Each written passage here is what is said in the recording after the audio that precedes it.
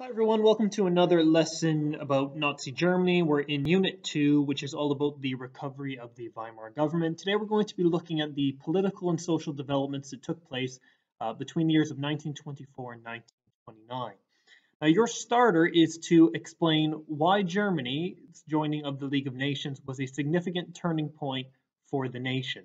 So as always, write down your title, your learning objective, and begin your starter. When you feel you've got an answer down, go ahead and resume playing the video and we'll take it up together.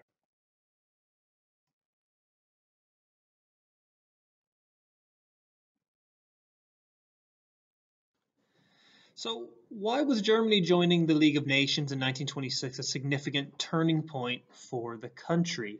Well, we know that Germany was blamed for causing the First World War, and this was seen in Article 231, also known as the War Guilt Clause, where every German was to accept full responsibility for causing the war. Now, we know that wasn't the case. We know there were four main causes to the First World War: militarism, alliances, imperialism, and nationalism, and there was no real one country who was to blame. All these countries had an army, they all wanted to use them, they were looking for an excuse to have a war.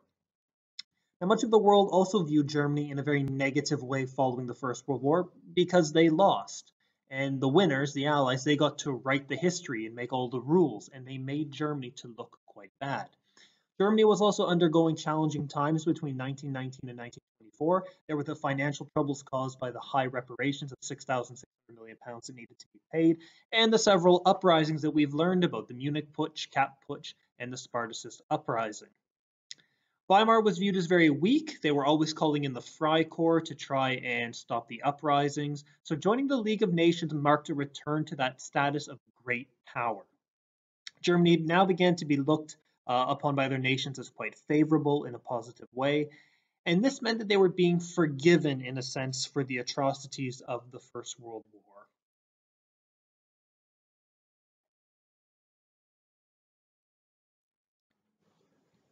So here we have three keywords. We have real wages, unemployment insurance, and censorship. As always, try to match them up in your head. When you feel you've been able to do that, resume playing the video, and we'll be taking these up together so you can get them recorded in your note in the correct place. So real wages. These were wages based on purchasing power. So it's kind of what we have today in terms of the minimum wage will rise to match what the prices are for products in the shops. And that way, workers are always going to be receiving a fair wage that they can live off of. Unemployment insurance: employees are going to make contributions to a national scheme to help those who are out of work. And it's something that, again, in the UK, we pay into today. In the event that you lose your job, you've been paying into the scheme and you can reap the benefits if you are unemployed and need a little bit of financial assistance. And censorship is the control over speech or information. Specifically in Germany, this was censorship of the press, so the newspapers could only say what the government wanted, and of artists. They were only allowed to produce work that benefited the government or showed them in a positive way.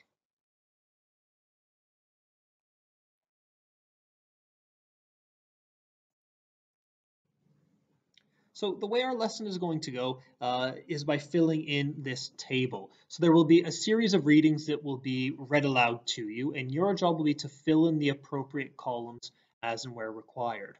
So go ahead and pause the video in a moment and create this same table in your notes. Now, each row will need to be roughly 3 to 4 lines in length, and make sure you use the entire width of your page.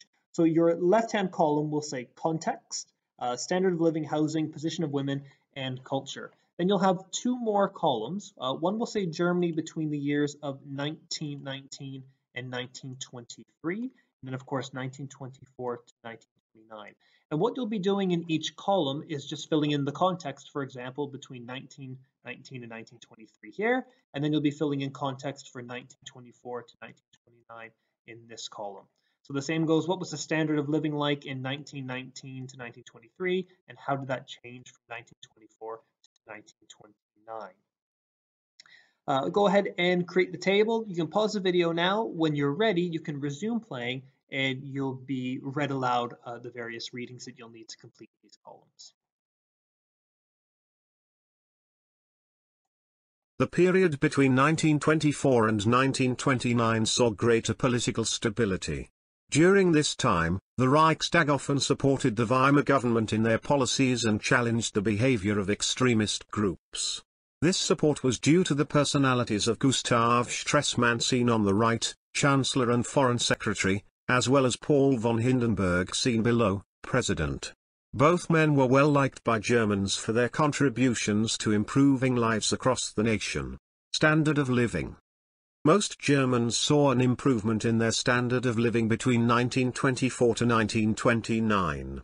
This period was known as the Golden Age in Germany. Real wages were introduced, and German workers were among the best paid in all of Europe. Not all Germans were so lucky, as many were left bankrupt from hyperinflation that destroyed the country in 1923. Over 180,000 workers were left without jobs, mainly lawyers and teachers, and they did not qualify for any help from the government. To help those without work, the unemployment insurance law was passed in 1927. This meant that every worker in the country would pay into the welfare scheme to help those without a job. Other schemes were introduced to help war veterans, wives and dependents of war dead, single mothers and the disabled. These policies were all very successful in providing aid to those who needed it most. Housing. Following World War I, many Germans were living in poverty, and homeless rates were skyrocketing. This increased further with hyperinflation, causing thousands to lose life savings and their homes. By 1924, Weimar knew there was a shortage in available housing. During the Golden Age, 2 million new homes were built and 200,000 were renovated or updated. Weimar was now spending 33 times more money on housing than they would have in 1913, and this was successful in decreasing homelessness by over 60%. The quality of homes also improved in hopes new houses would last longer and require less repairs over time. Position of women. In 1919, women over the age of 20 were given the right to vote in elections. This led to further advancement in women's rights in the early 1920s, such as equal pay and opportunities in education. By 1922, women in Germany had the most rights of any other European country. Women began to take on different forms of employment outside of the home. Unlike women in the USA, many German women worked. By 1925, there were more women working as lawyers, teachers and doctors than ever before. Women were leaving jobs in domestic services, cleaners, cooks, and began to work in factories. Women also gained more social freedom. Unlike women in the early 1920s, by 1925 many women wore makeup, short skirts and smoked cigarettes in public. This caused a great shift in thinking, and German men began to accept that the role of women was changing. Culture. In 1914, Germany experienced censorship with limited freedom of the press and artists. They were often obligated to produce work that complemented the government and reinforced their policies. Weimar removed this censorship, and by 1924, Germany rivaled Paris as the cultural capital of Europe. Artists were now free to paint the lives of everyday Germans to show the struggles of uprisings and hyperinflation. This was also a time of great change in the film industry. Fritz Lang made the film Metropolis, which showed a futuristic city populated with a poor and mistreated workforce. The film is still regarded as one of the most technically advanced productions of the decade. Erich Remarque wrote a book called All Quiet on the Western Front, which described the horrors of the First World War. It became a bestseller and shortly after turned into a successful film. This book would never have been popular with the censorship which dominated German life before 1924. And we're back. So you've had some time to fill in the appropriate columns. If you're not quite finished, please do pause the video again and take a few more moments to fill these in to the best of your ability. If you are ready to go, resume playing now and we'll be taking these up together. So let's start off with the Germany 1919 to 1923 column. So looking at the context, we know there were several uprisings in Germany at the time. We had the Spartacus uprising, we had the Kapp Putsch and the Munich Putsch, And Weimar was quite weak and unpopular. They were always calling in the Freikorps to come and solve their problems. Now, by 1923, hyperinflation had caused economic turmoil, with many people losing their jobs and life savings. And we had all these extremist groups like the communists, nationalists, and socialists trying to take power from Weimar. Now, the standard of living in Germany between this time wasn't the greatest. Remember, they had just lost the First World War. They didn't have a lot of money. They were paying high reparations at £6,600 million. And many people had lost their homes and life savings, and that's not good for your standard of living. Furthermore, soldiers who returned back from the First World War, perhaps with injuries or disabilities, did not receive a lot of government support either. Housing at this time wasn't great. Homelessness was at an all-time high, and some homes were actually destroyed in the war. And this meant that several people were left either living in homes that did not have running water or electricity, or even worse, they did not have a home to live in at all. The position of women was a little bit different. In 1919, women did not have the right to vote in Germany. They wouldn't gain that right for another year. And most worked in domestic services, so it's kind of cooks and cleaners in those roles that in the 1920s were seen as a woman's job. And women were not fully equal to men by any means during this time period.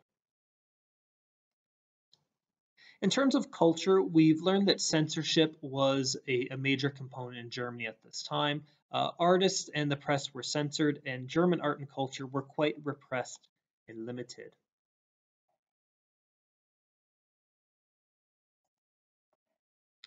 Now let's look at Germany between 24 and 29. This period was known as you know, the Golden Age. Now, Stresemann and Hindenburg were extremely popular, and the lives of Germans improved significantly during this time. Public welfare schemes, there was unemployment insurance that was set up, also schemes to help the wives and dependents of people who were killed in the First World War, as well as veterans who were returning home with injuries. And the introduction of real wages meant higher pay for the workforce.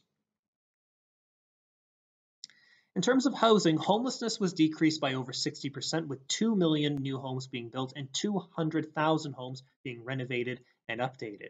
And the new homes that were being built were of high quality, meaning that they would last a lot longer and require far less maintenance by the homeowner.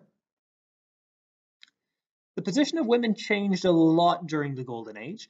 Many began to work as doctors, teachers, and lawyers, jobs that historically women did not have in Germany, and they had the best rights out of any single nation in Europe.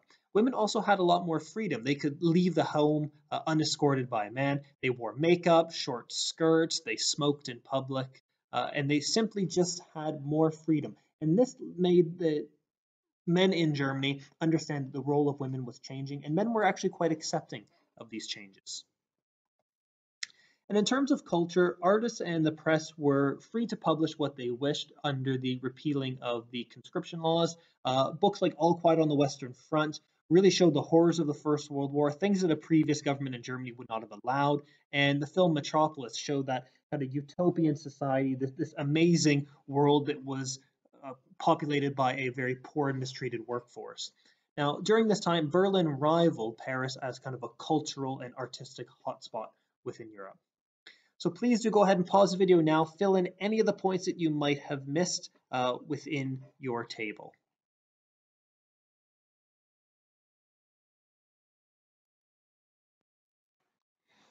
Okay, so our final task for today is to complete the following things. So we have, first of all, some key terms that we'll need sorting out. So you can go ahead and answer those in your note. The next thing that we can do are the top 5 facts that you have learned throughout your Germany unit. They don't have to be anything extensive, but just the information that you know you will always remember because you found it interesting.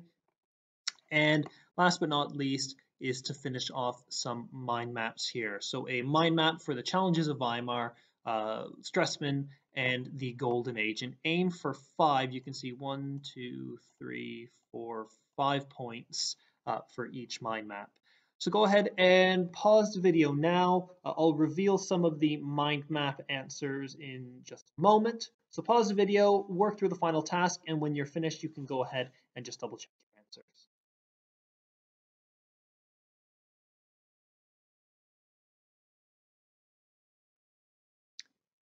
So as promised, looking at the mind map, some of the challenges of Weimar, we know that there were several uprisings. Weimar was viewed as weak. The high reparations at 6,600 million pounds. Weimar was incredibly unpopular, and they had a very confusing ruling system. Is it the prime? Is it the president? Is it the chancellor? Is it parliament? Who's actually running the country?